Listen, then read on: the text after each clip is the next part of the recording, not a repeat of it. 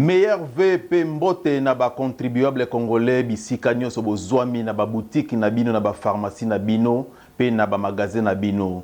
Journal na bino ya ba contribuable oyo topesaka bino masolo ya mpako pe makambo etali entrepreneuriat ya mokolo ya lelo ebandi.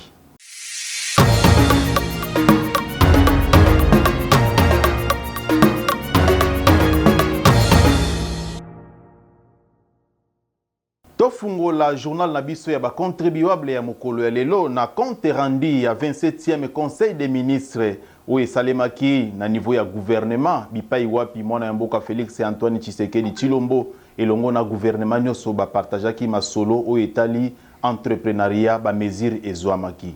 Les contribuables s'interrogent, le peuple s'interroge. Évoquant les acquis des réformes structurelles opérées dans les secteurs de l'entrepreneuriat, le président de la République note que son développement est confronté à des obstacles importants, malgré un marché intérieur potentiel de plus de 100 millions d'habitants et l'ouverture au reste du continent africain dans le cadre de la ZLECAf. Les États généraux de l'entrepreneuriat ont démontré que le taux de création des entreprises par les Congolais reste encore faible, d'où la nécessité de tout mettre en œuvre pour permettre au pays de tirer les dividendes de sa démographie constituée à plus de 65% des jeunes de moins de 35 ans. En dépit des efforts et solutions apportés par le gouvernement à la problématique de l'emploi, force est de constater que l'écart entre l'offre et la demande d'emploi est toujours aussi important, du fait notamment de la croissance démographique. C'est pourquoi, en vue de permettre à l'entrepreneuriat de jouer pleinement son rôle des créations d'emplois et des richesses pour notre pays, le président de la République a instruit le gouvernement à prendre rapidement les mesures d'application de l'ordonnance loi numéro 22/030 du 8 septembre 2022 portant promotion de l'entrepreneuriat et des startups. Mettre en place des instruments innovants d'accompagnement des entrepreneurs et des développements de la culture entrepreneuriale. Mener des réflexions au-delà du FOGEC avec les secteurs bancaires afin d'avoir des produits adaptés à l'écosystème entrepreneurial de notre pays. Sous la coordination de la Première ministre, le vice-premier ministre, ministre du Plan, celui des Finances et de l'Industrie et Développement des PME, ont été appelés à produire une feuille de route à court terme alignée au programme national du développement de l'entrepreneuriat congolais pour la matérialisation de cet objectif. Le gouvernement devra tenir compte des domaines d'activité constituant les forces de chaque province, de l'approche filière et développement des chaînes de valeur, de la protection environnementale, de l'accompagnement des personnes vulnérables et de l'exploitation des possibilités offertes par l'utilisation des nouvelles technologies de l'information et de la communication en vue d'augmenter les opportunités d'affaires. Dans ces cadres, le gouvernement devra également travailler en collaboration avec son cabinet. Un rapport est attendu à ces sujets en fin janvier 2025. Entrepreneur congolais et japonais basangana ki kuna na Abidjan bipai babeta ki masolo na cadre ya 3e forum économique Afrique-Japon. Tolanda commentaire ya journal des contribuables. Les contribuables s'interrogent, le peuple s'interroge. Forum économique pour na édition Emisato yango esalemaki na Abidjan kuna na Côte d'Ivoire.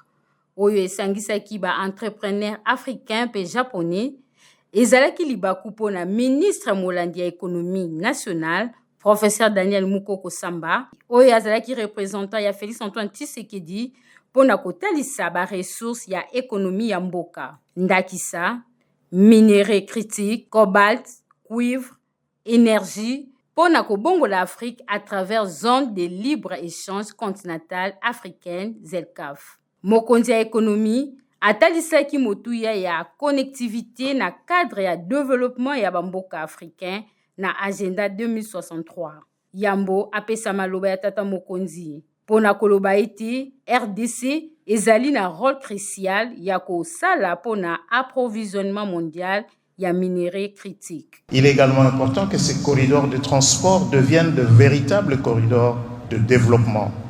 Que le long de ces corridors s'installent des plateformes logistiques. Le cas en ce qui concerne la Zambie et la République démocratique du Congo, où il est question d'installer une zone économique spéciale dédié à la production des composantes des batteries pour les véhicules électriques. Kakana Miluluwana, ministre délégué à coopération internationale et francophonie, Bestine Kazadi, Azalaki Wana Elongo, na ministre japonais ya économie, commerce et industrie, ba parti babale, ba souligna ki nécessité ya ko développer partenariat économique na bango na secteur stratégique ndakisa, mine, infrastructure, santé, formation professionnelle, Pemisusu Yabakor, Ebele et Salemaki Ouessika. Lancement campagne ya recouvrement volontaire topé ya paiement volontaire ya vignette et Salemaki na direction générale des recettes de Kinshasa. Bipai wapi mwana ya mboka ministre ya finance ya ville province ya Kinshasa Yvette Ntemo DG ya DGRK et Dibita Londe balansaki campagne wana. Les contribuables s'interrogent, le peuple s'interroge. Campagne pour le recouvrement volontaire yaba vignette ya exercice 2024 yango ebandaki wuta mokolo ya mine ya Sanja Zomi ya mobu 2024 na ministre provincial ya finance et économie Yvette Tembo Kulemfuka nde apesaki ndingisa kolandisa disposition ya numéro 005/2021 ya le 31 décembre 2021 pour na makambo ekotala impôt pako droit taxe pe redevance oyo ekotala engumba Kinshasa kolandisa article 21-22 ya section D. Bongo campagne ekosalema na mbala mibale ya liboso ezali consacré pour na kofuta volontaire oyo ekosalema le 12 décembre 2024 kino mokolo ya le 31 mars 2025. Ya mibale ya recouvrement forcé ekobanda le première kino le 30 juin 2025. Nakozwa maloba, Madame Yvette Tembo Kulemfuka atalisi campagne lolenge ekosalema. Ndenge déjà kaouti koloba eko Kinshasa ebonga eza slogan te eza apport ya moko na moko ya congolais na congolaise nyonso bakinoise na bakomi nyonso na badistrict nyonso po gouvernement na biso et atteindre to réaliser programme nango ezosenga kinoise nyonso ezala na Ngaba ezala district ya Lukunga ezala na district ya Funa ezala na district ya Changu ya Lukunga biso nyonso faut accompagner programme oyo certes eza ambitieux mais eza impossible et c'est réalisable mais eza réalisable na loboko moko te ekozala réalisable na apport ya bakongolais nyonso tofuta pako nde kosala ke banzela etongama pako nde kosala ke mabulu na Congo esila volonté ezali mais volonté wana po ezala matérialisé biso nyonso tout totia la main dans la pâte pour que vignette oya tout oyo ezala une réussite totale. Nzambe apambola bakinoise nyonso na kombo ya mwana mboka Daniel Bumba lelo tosali ouverture pe lancement ya campagne na biso ya vignette pe tosengi bakinoise nyonso batia la main dans la pâte bafuta ba vignette d'abord dans un premier temps volontaire recouvrement forcé et aux alapona 2025 mais tosengi bakinoise nyonso bakende na banque solidaire bakende na banque Sofibank to baya awa na DGRK pona kosomba vignette na bango enfin que mboka na biso programme ya gouverneur Daniel Bumba Lubaki ekoka kokokisama Nzambe apambola bido ya koyeba ezali ete moto ya yambo ya régie financière atalisi ete campagne oyo ekosala ete DGRK akoka bongo kolandela bakumbi mituka na bokebi.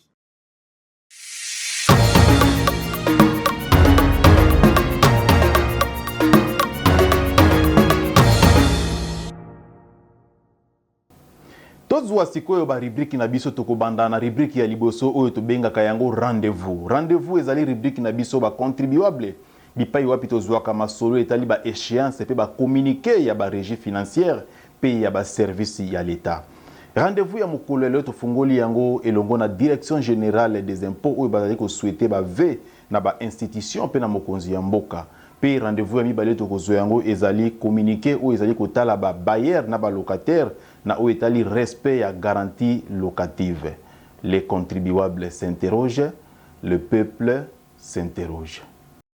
bakambi ya DGI elongo na basali nyonso ya impôt basili kopesa basouwe po na ba festivité ya Noël 2024 pe na mvula ya sika ya 2025 na mokambi ya mboka Félix Antoine Tshisekedi elongo na libota na ye mobimba. Basengi na Nzambe azala na mokonzi ya mboka apesa ye makasi na tina kimia ezonga na mboka.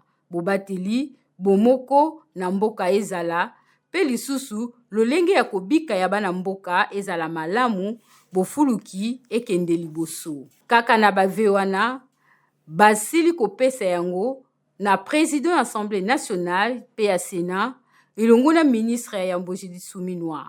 Babosanité bakambi nyonso ya gouvernement pe ba membre ya ba institution nyonso. Ya koyeba ezali ete basali nyonso impôt ezali opportunité pona bango kosala makasi pona ko mobiliser ba recette kolandisa vision ya mokonzi ya mboka oyo etali kozongisa kimia na territoire national ou ezali menacé na lisanga ya ba terroriste kuna na est ya mboka.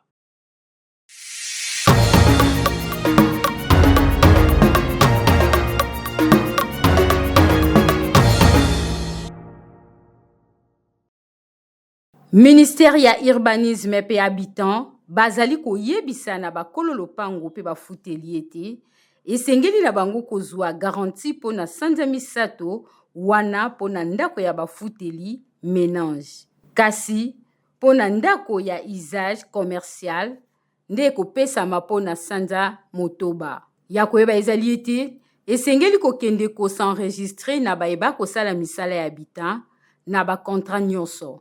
Basengi na bango kotosa mobeko yango soki ekotosa mate ba amende to pe etumbu ekotalisama.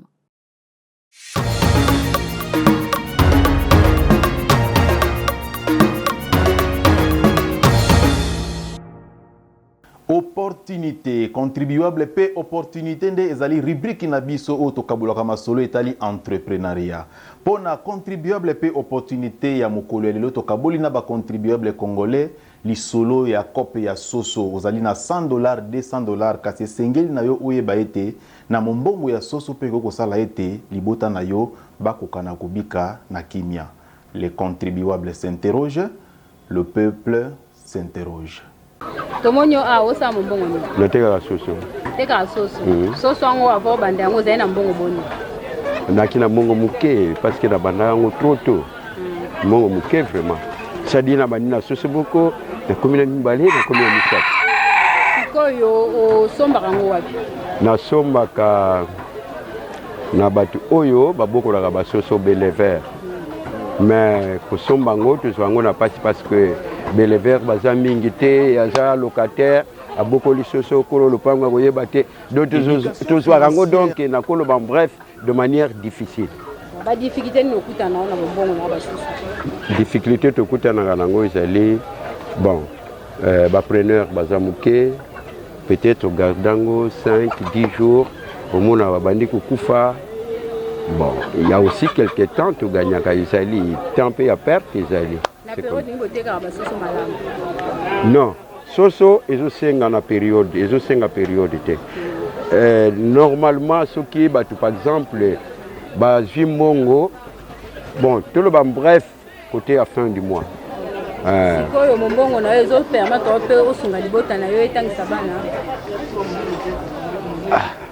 Maman. Donc, il faut ça la caca effort. C'est-à-dire, au limiter, moi, pour faire ce qu'on fasse dans les bottes. Mais sur le but que Hollande partout, et aussi parce que moi, je suis en ce moment, na koloba, nous sala bichu à la gâté.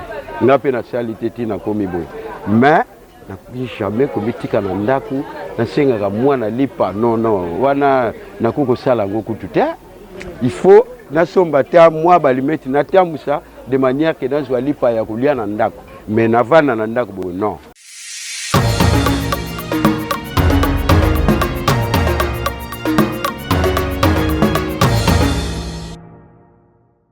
Likele Mbappé ezali moko ya ba technique ya épargne, éducation financière ya biso ya mokolo lelo epesami na madame Niemba Merveille ou azali entrepreneur.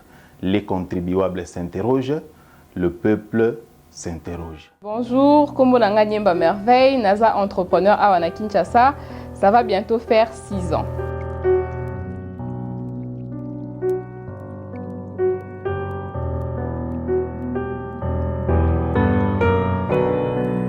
Bon, la technique qui épargne est ébélée.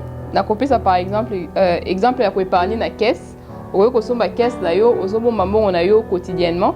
Mais parmi les meilleures façons à épargner, ngana penchaka plus na likelemba. Ce qu'on appelle tontine, de manière générale, babenga ngo likelemba, ba mama wente bayebi. Likelemba eza parmi ba meilleures façons oyo et ko permettre yo o épargner.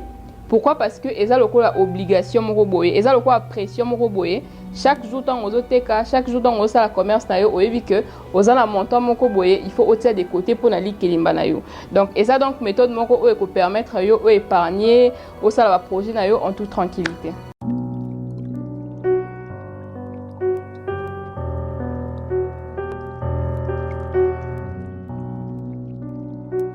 Bon, conseil nga ko pesa eza que tant oyo ça likelemba na baninga zala honnête. D'accord? Zala honnête na baninga pour que baninga pe bazala honnête na yo. Likelemba ça engagement, likelemba ça la maka na confiance. Et puis au moment où enze bayebi, na tuna na tambola déjà na ba wenze na poser ba maman question et le roni ne garantit ça rabino que ce que opeseli muninga yeba ko pesela bino. Ayebi singa eza dignité ya mutu. Pour les Congolais, dignité est très important. Alors, c'est vraiment difficile, mutu o azo se respecter, mutu o aza un vrai commerçant, asa la base na mbonga baninga. Donc, conseil ngana repé sa munyo sope o alingi a évoluer dans les affaires, asa la très honnête, parce que la réputation nous précède toujours.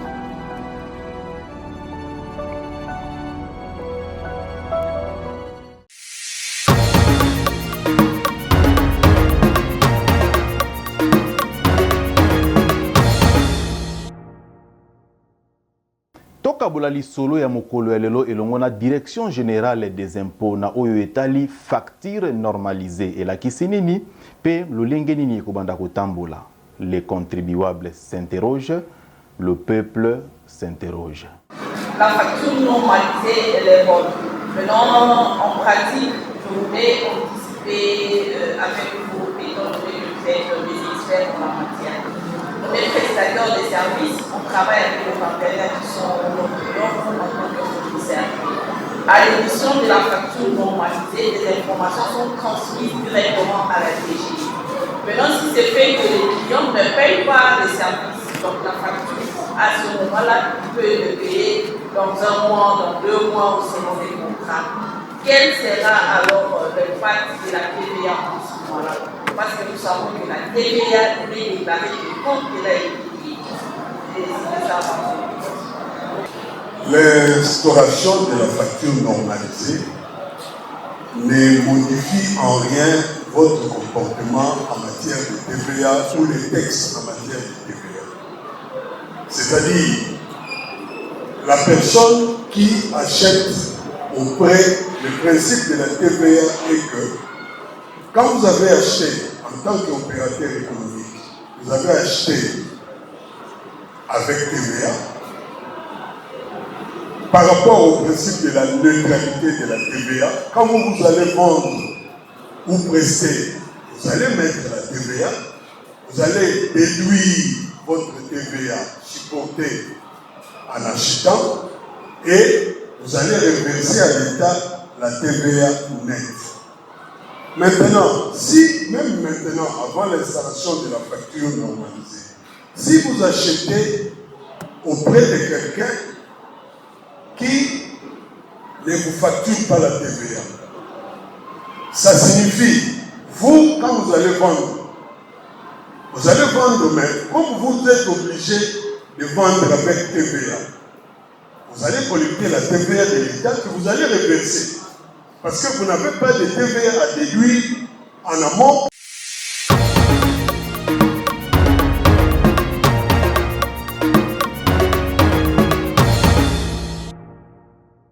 Opinion ya mokolo ya lelo tozwi yango elongo na ba contribuable ya Zigida oyo bafutaka bampako na bango kasi bazali kosepela ata mokete lolenge nini mbula matali azali kotika bango banzela ya kokufa ba client bazali kokota te pona kosomba biloko na bango alors que bango bafutaka bampako na bango lokola ba contribuable congolais. Les contribuables s'interrogent, le peuple s'interroge. Ba impona ba taxe autofutaka n'est-ce pas rapona robongisa ba misala l'état banzela makamebele. Mais si ko biso bino mo botala bo baluka na botala zikida toza ndenge ni. Tozo souffrir ba poto neti mbule bandi boye. Ba client ni ba okota po basombela biso biloko. Mais entre temps ils ont 50 futa ba taxe. Si ko to futa taxe, o ils ont produire na rien. Pour tozo produire neti za boye to teka ils a passe. Donc wenze za passe pona oteka. En tout cas tozo senga na bakonzi. Bataille biso na likamba dima o ba bongisa biso wenze. Pour tozo mona passe tozo souffrir. Et que e umeli. Et quand tu n'as autant mbula te umelinde. Si ba mona ka to plaider à cause na biso chef atolo baka. Ndenge besoin ko sensibiliser biso pona ba taxe. Boye ça peut ba kondi, biso ça peut ba kondi ba ko la biso nzela. Tala boye. Ba to ba kota ndenge. Ba kondi fo ba kitaka sur terrain ba talaka. Mukonzi akita sur terrain atala musa po bako memela esango mususu. Mettons il y a quitté sur terrain à vivre en life ndenge mususu. So mukonzi akita sur terrain ezaka malamu. Mukonzi akita sur terrain en tout cas biso mama zikida tozo lela. Mukonzi akita sur terrain, gouverneur akita, bourgmestre akita, ba chef de quartier ba kita. Ba kotala, hein? Ba kotala mara tozo souffrir.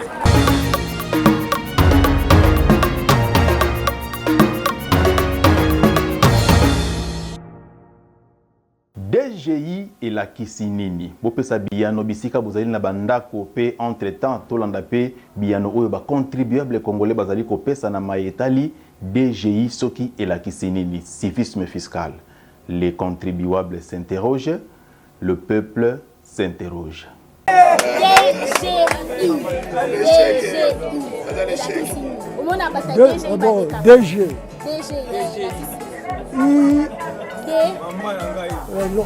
Après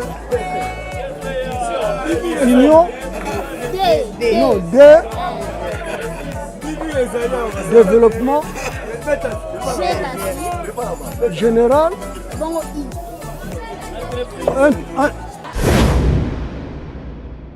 DGI déjà non je sais pas.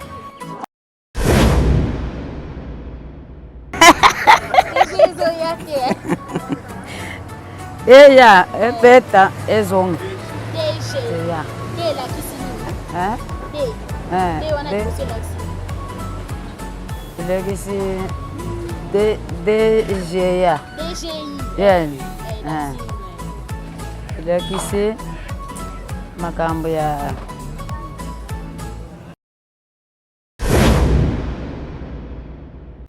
DGI et la Kisinini. Direction générale d'impôts.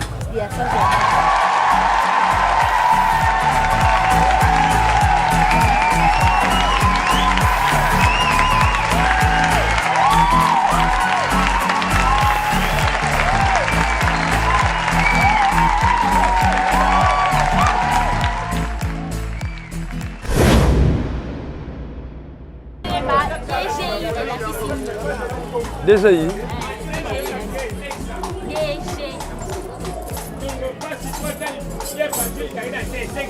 Direction générale des impôts.